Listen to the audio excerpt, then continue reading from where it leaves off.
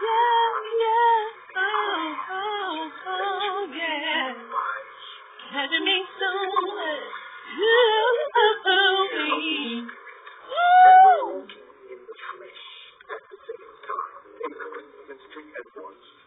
Go, girl! You go, girl! Woo-hoo! Go with Jesus, girl. Go. And fight up.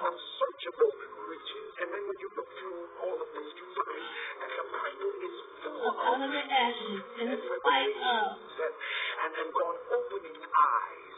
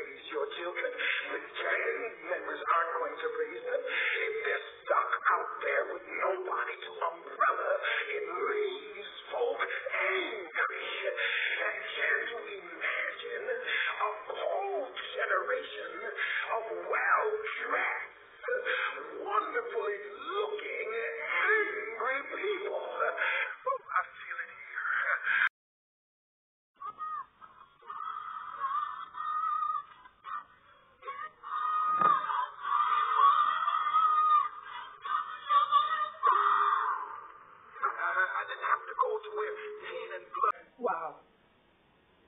And he told us to the other side.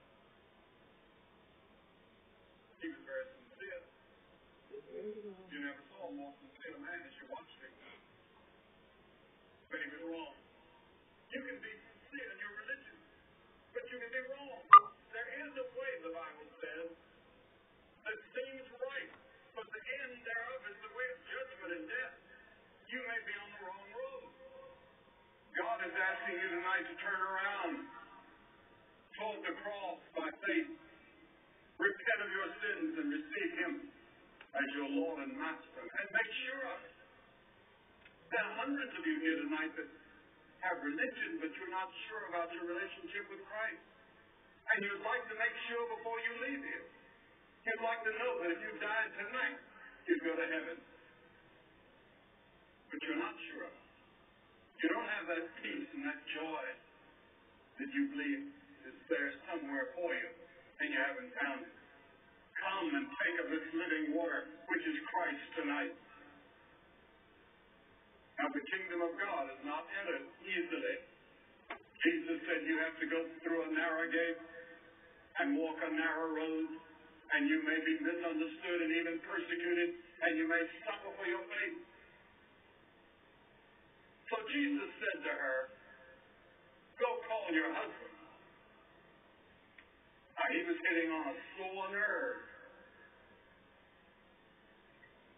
What a spot he touched in her life. He knew her sins. He knows yours. Thank you. What an overwhelming flood of guilt and remorse this brought to her. She shrank back. It was as if 1,000 searchlights had been turned on in her heart.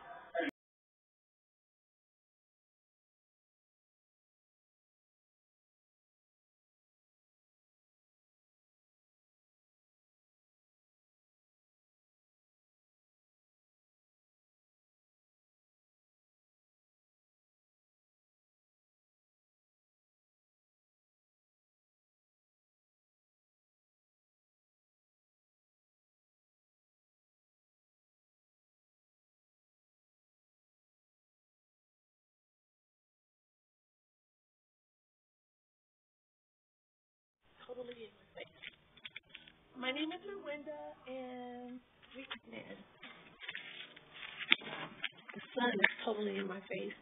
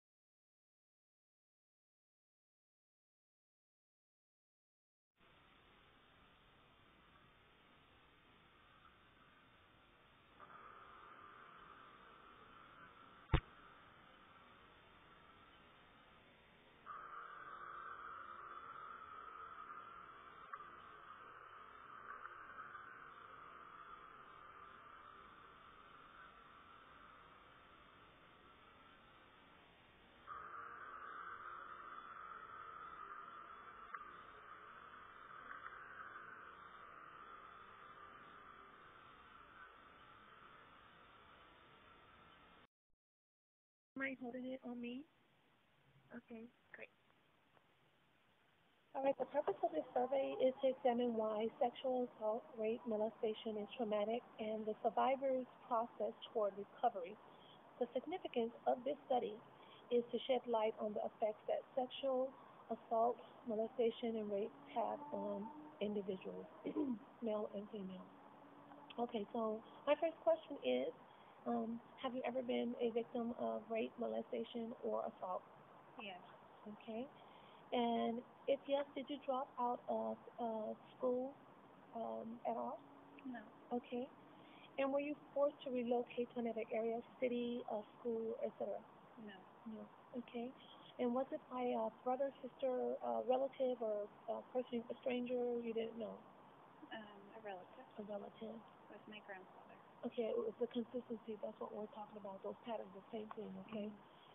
And at the time, was it morning, noon, night, midnight, graveyard time? Well,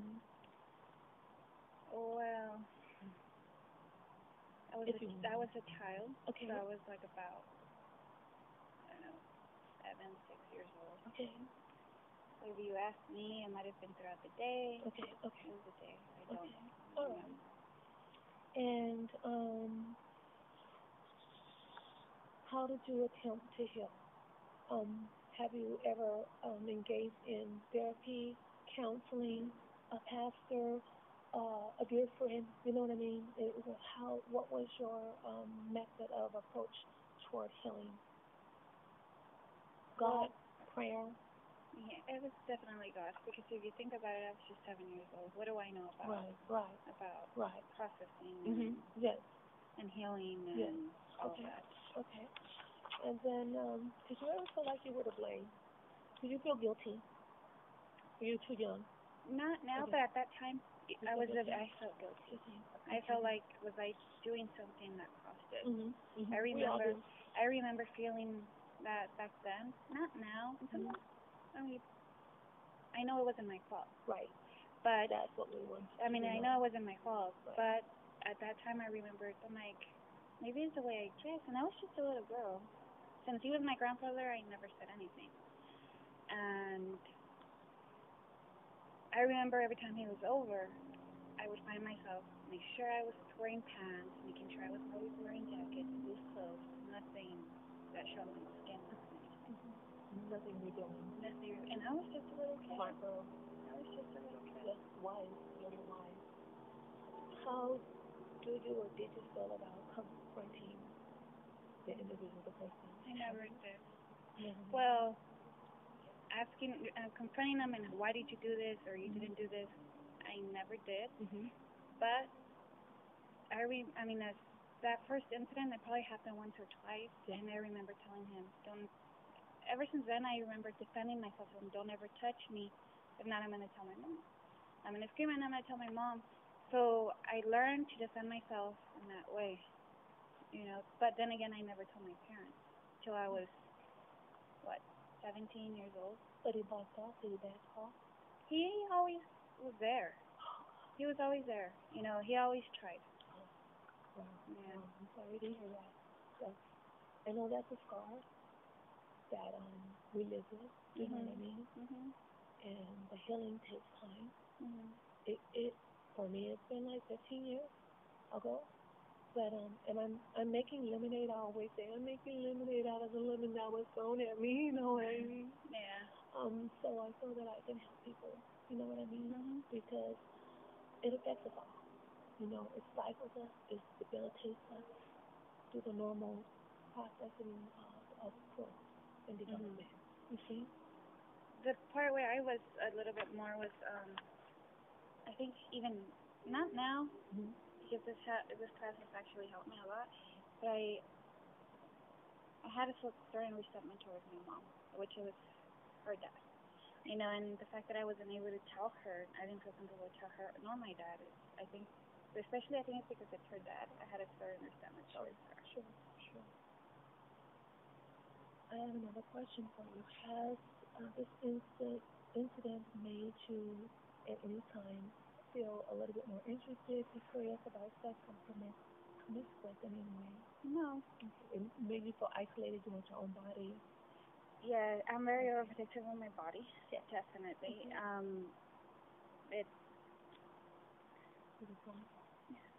I've been, it's, that I do know that I can't just anybody, like, I feel, it's very easy for me to feel that I'm being violated. Because if a person that I'm a partner or somebody I'm with and touching me and touch me a certain way, I feel like I'm being violated. It's like, don't do that. I feel violated. I understand. Yeah. So we know, I always say, very often, we know the feeling of true love. We know if a person cares and if it's nurturing versus if it's just we know the touch. We do. We, as women, we're very, very sensitive, so we know. Would you agree? No, definitely. Okay. Has this incident that has been so traumatic changed your outlook on sexual activity, period, in general, intensely? No, it hasn't. I think, that is something natural, and it's done with the person you love, and that I do know.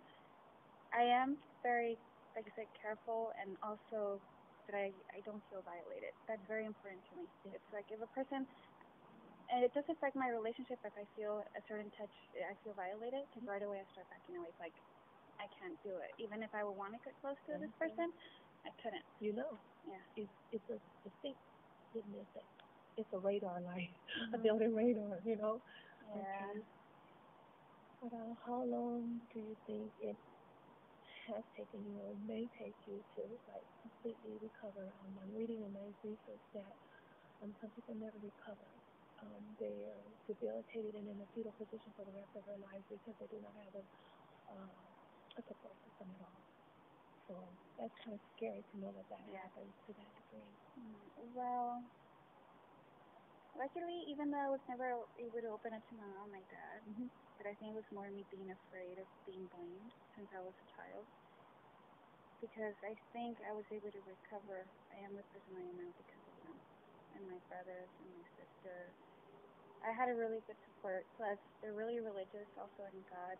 To me, that also helped me. Even though that's something I carry inside of me, and I never really said anything about it. I think I chose to block it out. I don't think you ever forget it. And I think it's something that even if you remember, it still hurts. And you see the damage that it costs you. And you see the damage. It's kind of like, I see how it affects my relationships, or how am I more careful about men, or how am I supposed to trust a person when my own grandfather was at my own house? Exactly. I understand. So I really don't think you do recover, because you learn, you move along, and you realize there's better things in life than this person. But then again, it's always that question. Have you enrolled in any type of self-defense classes? No, I haven't. Okay. And that's something, definitely, that's something I mean, I realized I would be really interested in self-defense. I think I've heard so much about it now that I think it would be really great. I also do see I have 2 daughters of my own. Wow. What are their ages? 10 and 5.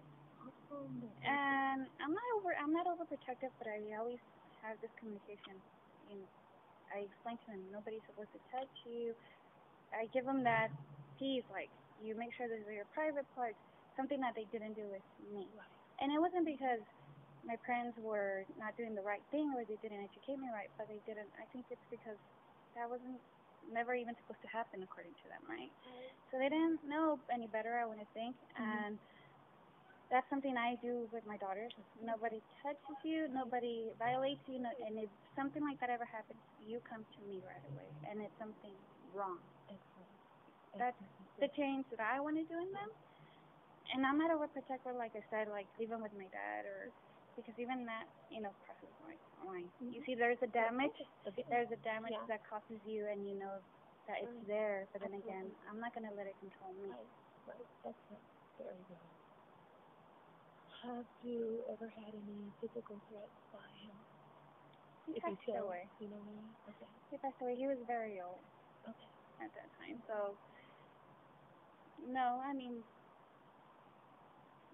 no. I just remember him. At that time, he would always want to bribe me. Even when I was older, he would want to bribe me. I'll give you this, or I'll give you that. Just come here, kind of a thing. Maybe the first time I fell into it because I was a little girl, 6 years old. What do you know? What did kids know? I didn't even know. What was? I had no idea. After that, you knew. Yeah. Do you think it is important to be educated and to educate others about sexual awareness, rape, what it is, molestation, what it is, assault, what it is? Definitely. But I guess because of my experience, I feel it's so important for you to teach that to your kids, because a lot of the cases, I think it's important to educate, especially the kids, as they're young. Oh, yes. Because a lot of it, it does happen out in the street, unfortunately, that a stranger comes and does this to you. But a lot of it, the person is in your household. Yeah, and a consistent pattern is what I'm hearing a lot. And it's very sad. And it's very sad that your home is supposed to be a safe place. It's a safe place for you, and you're being a child, and you can't even be safe in your own home. That's not. I think that's where the main education has to start. In the home. In the home, and when you're a little kid. I agree, wholeheartedly. Has anyone suggested dance, poetry, exercise, any type of activities to be a part of the healing process? No, again, I was a little girl. I didn't even talk to anybody or said anything. Now, I did go to therapy eventually, about 2 years ago. Good. But it was something done because I felt like I needed closure in many of the things. Sure, absolutely. I understand. Yeah. I went to counseling too, so I understand.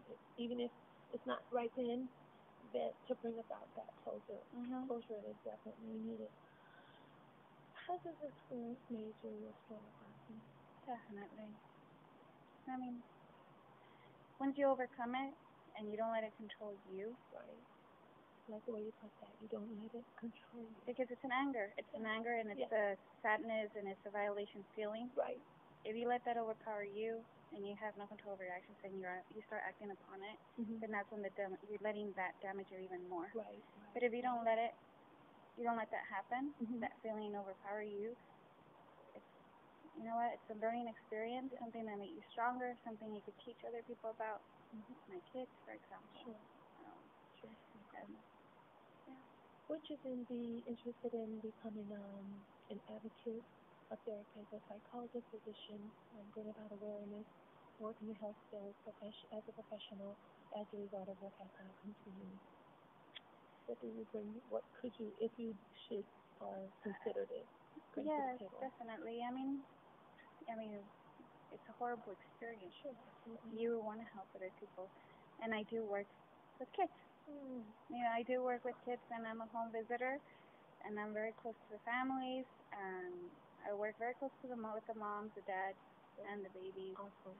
So, if you think about it, you're doing it anyway. Yeah. Caregiver.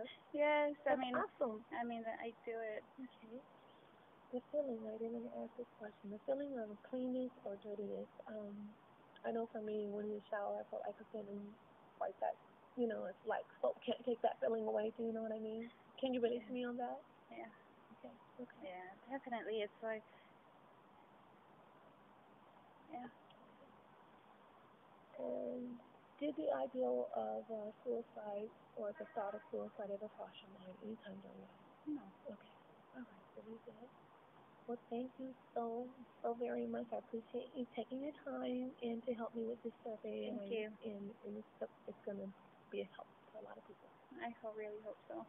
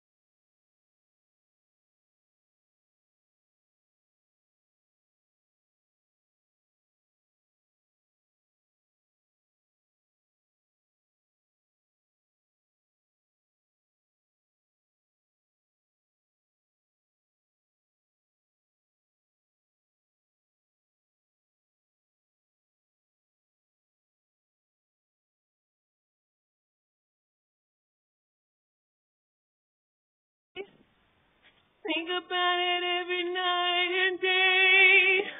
Spread my wings and fly away. I believe I can fly. I see me running through that open door. I believe I can fly.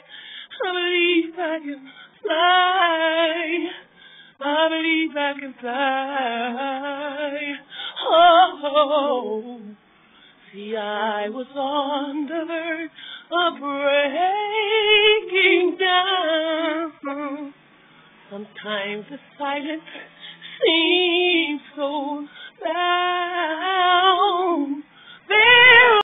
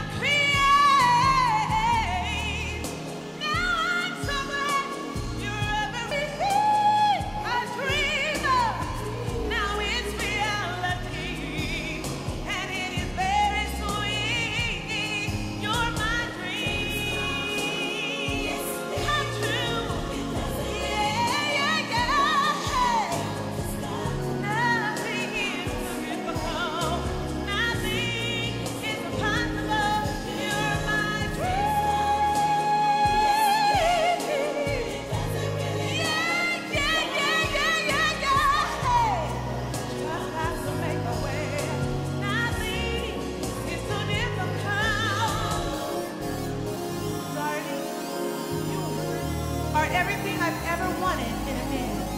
You are my dream come true. Yes, you are.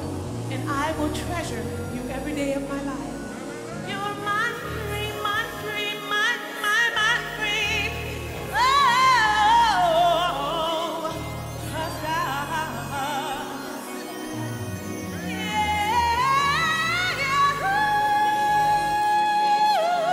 dreams come true. Yes, they do. Yeah. Promise of brighter days.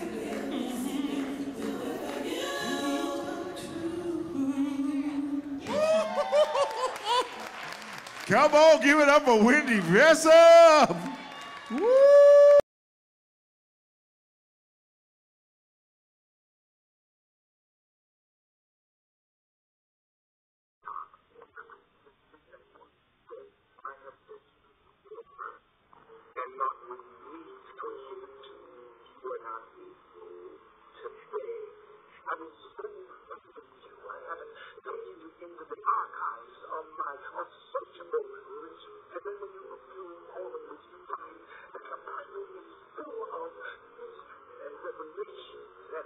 And brought opening eyes